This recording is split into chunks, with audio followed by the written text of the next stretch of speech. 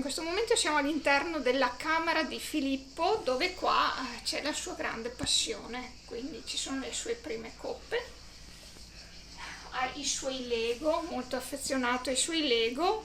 Lui era un piccolo meccanico. Questa passione aveva portato Filippo a scegliere l'Istituto Masotto di Noventa Vicentina, che frequentava con profitto. La mamma con la sorella Chiara, con dolore e orgoglio, ci hanno accompagnato nel suo spazio più intimo, la cameretta dove sono presenti i simboli della maggior parte delle sue passioni. Una promessa nel karting, Filippo Cortivo era iscritto al campionato Rotax Junior, dove collezionava vittorie promettenti, un campione in crescita che aveva in Ayrton Senna il suo grande idolo.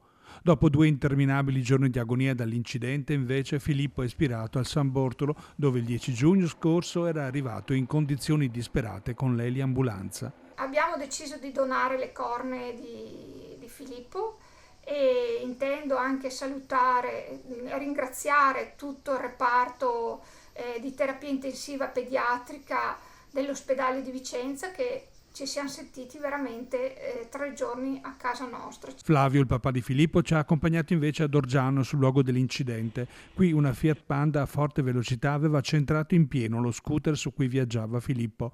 Oggi gli amici hanno costellato il luogo con fiori e ricordi dedicati a lui. La comunità di Valiona si è radunata nella chiesa parrocchiale per la veglia funebre. Domani qui sarà il lutto cittadino proclamato dal sindaco. Nel campo sportivo è stato organizzato l'evento per permettere a tutti di essere presenti. Oltre al paese, anche che vengono da fuori, si sono organizzati addirittura con i pullman.